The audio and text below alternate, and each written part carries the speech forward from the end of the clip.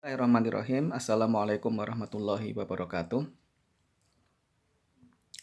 Baik teman-teman sekalian, pada sesi kali ini kita akan berdiskusi tentang kurikulum dan tujuan pendidikan nasional dari perspektif filsafat pendidikan. Jadi kita tidak akan mengkaji tentang pengembangan kurikulum karena itu nanti akan ada sesinya tersendiri tentang pengembangan kurikulum. Tapi kita akan menganalisis kurikulum yang diimplementasikan dalam sistem pendidikan nasional kita saat ini. Baik teman-teman sekalian, sebagaimana yang telah kita pahami bahwa kebijakan pendidikan nasional saat ini adalah menerapkan kurikulum 2013. Saya akan mendeskripsikan terlebih dahulu sebenarnya kurikulum 2013 ini bagaimana konseptualnya. Kemudian akan kita analisis bersama-sama dari perspektif filsafat pendidikan. Jadi kurikulum 2013 ini teman-teman sekalian, ini memiliki perbedaan yang sangat mendasar dari kurikulum sebelumnya atau kurikulum yang diterbitkan pada tahun 2006, yaitu kurikulum KTSP. Apa perbedaan mendasarnya? Nah, di sini. Perbedaan mendasarnya adalah tentang paradigma ketercapaian atau paradigma orientasi pada tujuan pendidikan nasional. Jadi kalau nanti teman-teman ditanya apa bedanya kurikulum 2013 dengan kurikulum sebelumnya, itu harus paham dan bisa menjelaskan secara filosofis, bukan hanya dari sisi teknisnya. Nah, saya ulangi bahwa perbedaannya kurikulum 2013 dengan kurikulum 2006 atau kurikulum sebelumnya adalah pada paradigma yang digunakan dalam pencapaian tujuan pendidikan nasional. Nah, sebagaimana kita tahu bahwa tujuan pendidikan nasional itu sudah termaktub dan sudah menjadi amanah Undang-Undang Nomor 20 Tahun 2003. Bisa kita baca pada pasal 3. Di situ tertera secara eksplisit tujuan pendidikan nasional. Apa tujuannya? Ada 8 aspek, yaitu mengembangkan potensi peserta didik agar menjadi manusia yang beriman dan bertakwa kepada Tuhan Yang Maha Esa, berakhlak mulia, sehat, berilmu, cakap, kreatif, mandiri, dan menjadi warga negara yang menjadi warga negara yang demokratis serta bertanggung jawab. Nanti bisa kalian download PDF-nya Undang-Undang Nomor 20 Tahun 2003. Ketika kita berbicara tentang filsafat pendidikan, kita harus tahu kebijakan pendidikan yang sekarang sedang dilaksanakan seperti apa, supaya kita bisa menganalisis ya apakah kebijakan tersebut sesuai dengan dasar-dasar filsafat pendidikan yang telah kita pelajari. Nah, dari 8 aspek itu, teman-teman sekalian, kalau pada kurikulum 2006 KTSP, itu dirumuskan sendiri pada level mata pelajaran, dirumuskan sendiri oleh gurunya. Makanya ada istilah kompetensi dasar. Nah, jadi kalau di dalam kurikulum KTSP 2006 itu, guru mata pelajaran itu merumuskan kompetensi dasar pada setiap mata pelajaran. Jadi yang merumuskan adalah gurunya sendiri. Kelemahannya ketika seorang guru dibebaskan untuk merumuskan kompetensi dasar pada setiap mata kuliah yang diampu, itu artinya apa? Artinya ketika berbeda kelas bisa jadi berbeda kompetensi dasar. Yang oleh karenanya hal ini dinilai kurang sistematis untuk mencapai tujuan pendidikan nasional yang ada 8 aspek ini tadi. Nah, di dalam kurikulum 2013, paradigmanya dibalik. Jadi, paradigma kurikulum 2013 itu yang merumuskan tujuan pembelajaran pada level mata pelajaran itu bukan guru, tapi pemerintah, gitu ya. Makanya pemerintah menerbitkan satu istilah dalam kurikulum 2013 yang tidak ada di dalam kurikulum 2006, yaitu kompetensi inti atau KI. Nah, kompetensi inti ada 4, ya. KI 1, KI 2, KI 3, KI 4. Yang mana kompetensi inti yang 4 ini dirumuskan redaksinya oleh pemerintah. Guru tinggal mengembangkan mata pelajaran yang mengarah kepada masing-masing KI ini. Nah, ini bedanya. Ya. Seharusnya ada pertanyaan, lalu dari mana munculnya 4 kompetensi inti ini? Nah, munculnya dari tujuan pendidikan nasional. Jadi, tujuan pendidikan nasional ini nanti diturunkan menjadi 4 kompetensi inti. Nah, ini tujuan pendidikan nasional yang tadi setelah kita baca, itu ada 8 aspek ya. Ada 8 aspek. Yang kalau kita perhatikan, sebenarnya 8 aspek ini dalam tujuan pendidikan nasional ini sebenarnya mencangkup secara komprehensif kebutuhan-kebutuhan yang sifatnya manusiawi gitu ya. Beriman dan bertakwa kepada Tuhan itu sudah mengakomodasi potensi spiritual manusia. Kemudian berakhlak mulia itu mengakomodasi sikap ya atau karakter ya. Sehat itu juga tentang sikap ya, tentang perilaku. Berilmu itu tentang pengetahuan. Cakap itu tentang keterampilan, kreatif tentang keterampilan. Kemudian mandiri itu sikap ya, perilaku. Kemudian menjadi warga negara yang demokratis dan bertanggung jawab itu tentang sikap atau perilaku. Jadi kalau kita kategorikan 8 aspek dalam tujuan pendidikan nasional itu bisa masuk dalam 4 kategori. Kategori spiritual, kategori sikap, kategori pengetahuan, dan kategori keterampilan. Nah, 4 kategori ini yang kemudian di dalam kurikulum 2013 itu menjadi KI 1, KI 2, KI 3, KI 4. Nah, ini kamu harus paham. Jangan sampai ketika ditanya, apa bedanya kurikulum 2013 dengan kurikulum 2006, hanya menjawab, di kurikulum 2013 ada KI, di 2006 tidak ada. Tapi tidak bisa menjawab dari mana munculnya kompetensi inti itu. Nah, itu bermasalah kalau menjawabnya hanya seperti itu. Jadi kompetensi inti itu diturunkan langsung dari tujuan pendidikan nasional yang termaktub di dalam Undang-Undang Nomor 20 Tahun 2003. Nah, jadi kompetensi inti atau KI di dalam kurikulum 2013 itu ada 4 ya. KI 1 itu tentang spiritual, beriman dan bertakwa kepada Tuhan. KI 2 itu adalah tentang sikap yang diambil dari tujuan pendidikan nasional yang mana? Berakhlak mulia, sehat, mandiri, menjadi warga negara yang demokratis dan bertanggung jawab. KI 3 itu ada kompetensi inti 3 itu adalah pengetahuan. Ini diambil dari tujuan yang berilmu. Kemudian KI 4 itu ada keterampilan. Itu diambil dari tujuan yang mana? Cakap dan kreatif. Nah, jadi 4 kompetensi inti ini yang kemudian nanti diamanahkan kepada setiap guru mata pelajaran apapun itu ya, semua mata pelajaran untuk mengorientasikan pelajarannya setiap pertemuan itu untuk mencapai 4 KI ini. Nah, sehingga tujuan dari pendidikan nasional atau ketercapaian pendidikan nasional itu diharapkan bisa dicapai secara lebih sistematis. Nah, itu bedanya kurikulum 2013 dengan kurikulum sebelumnya. Nah, jadi secara konseptual yang ada di dalam sistem pendidikan nasional itu ya, itu kan dimulai dari pendidikan usia dini, kemudian pendidikan dasar, kemudian pendidikan menengah, kemudian pendidikan tinggi. Nah, kalau kamu membaca Undang-Undang Nomor 20 Tahun 2003 dan ini wajib membaca. Karena sebagai seorang calon sarjana pendidikan kalau tidak membaca perundang-undangan pendidikan, maka itu adalah sesuatu yang sangat paradoks ya, sangat paradoks. Harusnya sudah dibaca secara matang itu Undang-Undang Nomor 20 Tahun 2003 dan itu bisa di-download PDF-nya secara gratis.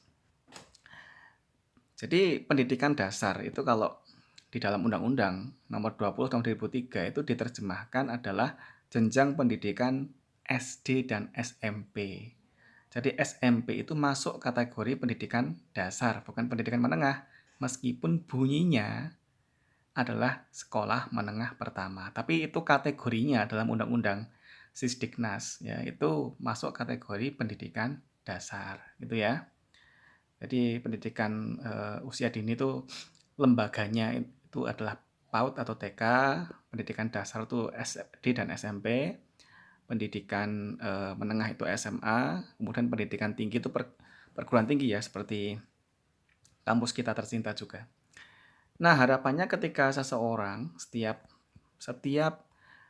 manusia Indonesia yang belajar dari tingkat usia dini, kemudian tingkat dasar, menengah, dan sampai pendidikan tinggi, harapannya itu ketika sudah mencapai pendidikan tinggi itu sudah tercapai tujuan pendidikan nasional, ya. Yang mana? Yang 8 aspek tadi harapannya. Jadi ketika sudah lulus S1 ya, sarjana, itu diharapkan secara ideal itu sudah menguasai 4 kompetensi ini, ya, yang merupakan turunan dari 8 aspek tujuan pendidikan nasional ini.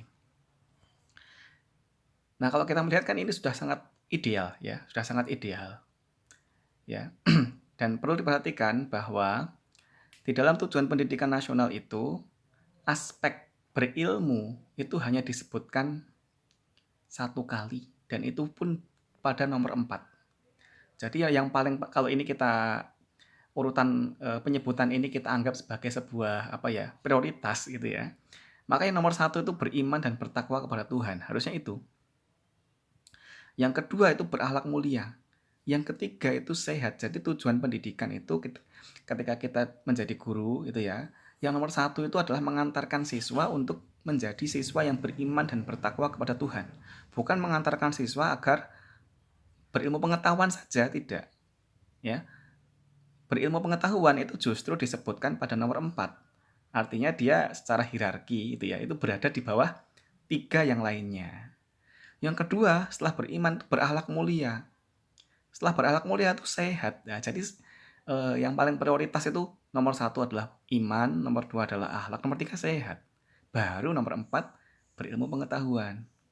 Nomor 5 cakap, kreatif, mandiri. Ini artinya ketika sudah lulus seorang sarjana itu ya, karena dia sudah menempuh jalur sistem pendidikan nasional secara utuh, maka dia diharapkan sudah mandiri. Mandiri itu artinya dia sudah bisa berdiri sendiri, sudah memiliki kemampuan finansial ya, sudah mampu untuk mencari uang sendiri, mampu untuk mengelola keuangan sendiri, mampu untuk bekerja, mampu untuk dan lain sebagainya. Seharusnya idealnya seperti itu. Nah, lalu muncul pertanyaan. Nah, ini kajian kita. Ketika tujuan pendidikan nasional ya dan konsep kurikulum yang sekarang terimplementasi itu sudah sangat-sangat ideal gitu ya. Sudah sangat-sangat ideal. Lalu mengapa ada banyak masalah dalam realitas pendidikan kita saat ini? Kan gitu ya. Bukankah tujuan pendidikan nasional kita sudah sangat komprehensif kalau kita kemarin belajar tentang filsafat manusia. Manusia punya potensi sosial, punya potensi intelektual, punya potensi emosional, dan punya potensi fisiologis ya. Itu semuanya terakomodasi di dalam tujuan pendidikan nasional. Ya. Potensi intelektual manusia terakomodasi. Ada redaksi berilmu di sana. Potensi spiritual terakomodasi. Karena tujuan pendidikan nasional nomor 1 justru adalah untuk mengantarkan siswa agar beriman dan bertakwa kepada Tuhan. Ya. Sosial terakomodasi juga, gitu ya. Lah, lalu di mana masalahnya? Problemnya di mana? Nah, di sini ini bisa kita analisis seperti ini. Tapi ini bukan analisis yang sifatnya baku ya. Kalian bisa mengembangkan perspektif yang berbeda karena kuliah kita itu terbuka pada pendapat-pendapat baru ya. Tadi kan saya katakan ketika tujuan kita sudah sangat ideal dan tujuan pendidikan nasional kita, konsep kurikulum kita sebenarnya sudah sesuai dengan potensi-potensi manusia dalam filsafat pendidikan. Itu kenapa kok masih banyak muncul masalah ya, pada level output ya. Jadi output pendidikan kita kok masih banyak masalahnya. Contoh ya, koruptor ya, itu justru sebagian besar merupakan alumni perguruan tinggi. Artinya mereka kan tidak berakhlak gitu ya. Bahkan tidak beriman karena mereka korupsi, melakukan kejahatan, mencuri uang negara. Padahal mereka sudah melampaui, sudah melewati fase-fase dalam tujuan pendidikan nasional gitu ya. Kenapa terjadi masalah-masalah seperti itu? Nah, kalau saya melihatnya begini, di dalam pendidikan itu ada tiga, apa, ada tiga komponen setidaknya. Ada input, ada proses, ada evaluasi, gitu ya. Jadi ketika input itu artinya seseorang mulai masuk ke tahap pertama memulai pendidikan. Proses itu berarti yang ada di dalam tahapan pendidikannya, gitu ya. Nah, evaluasi ini adalah mekanisme untuk memutuskan atau membuat sebuah asesmen ya, bahwa siswa tersebut itu lulus apa tidak. Nah, kalau menurut saya itu problem pendidikan kita itu ada pada evaluasi ini. Bukan pada input, bukan pada tujuan-tujuan nasional yang sudah sangat ideal tadi itu, tapi adalah pada teknis evaluasi. Kenapa? Karena begini, tujuan pendidikan nasional kita itu sudah sangat ideal. Dan tujuan pendidikan nasional kita itu ada 8 aspek. Ya, yang tadi kita sebutkan. Beriman kepada Tuhan Yang Maha Esa, ya. Kemudian berakhlak mulia, sehat, berilmu, dan seterusnya. Akan tetapi pada level ujian atau pada level evaluasi yang diterapkan secara nasional pada umumnya itu hanya mengevaluasi satu aspek dari tujuan pendidikan nasional yang 8, yaitu aspek berilmu. Problemnya di situ. Jadi aspek-aspek lain itu nggak dievaluasi secara benar atau secara tepat, gitu ya. Misalnya ya, seharusnya ketika siswa itu belum fasih membaca Al-Quran atau belum melaksanakan sholat 5 waktu secara disiplin, seharusnya sistem di dalam pendidikan kita itu seharusnya tidak meluluskan siswa-siswa yang seperti itu. Kenapa? Karena itu tidak memenuhi idealitas dalam tujuan pendidikan nasional. Tetapi yang selama ini terjadi, evaluasi itu hanya evaluasi pada tingkat pengetahuan. Dalam bentuk apa? Dalam bentuk ujian tulis. Itu baik pendidikan dasar, menengah, sampai pendidikan tinggi rata-rata seperti itu. Evaluasi itu hanya mengevaluasi pada tingkat pengetahuan, tidak mengevaluasi spiritualnya, tidak mengevaluasi sikapnya, tidak mengevaluasi aspek yang lain, perilaku dan yang lain.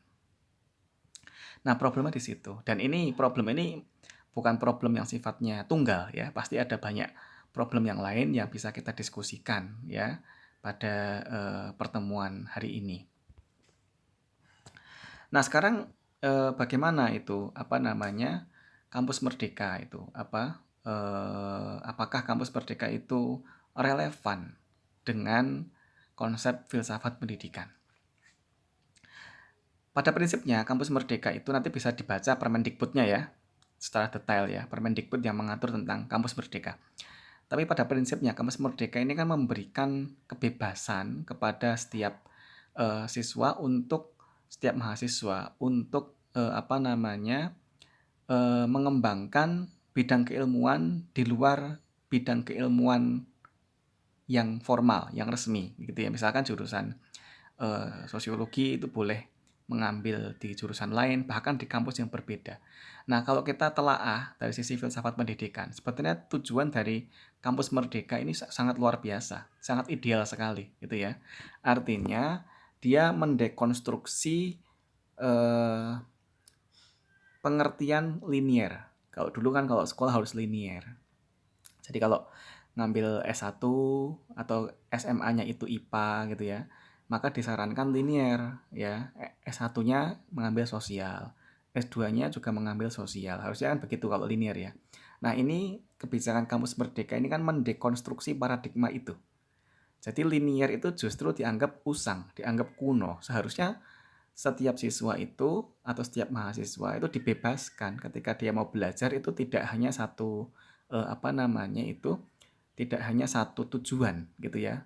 Tidak hanya satu dimensi atau satu disiplin monodisiplin, tetapi harusnya multidisiplin atau bahkan transdisiplin gitu ya.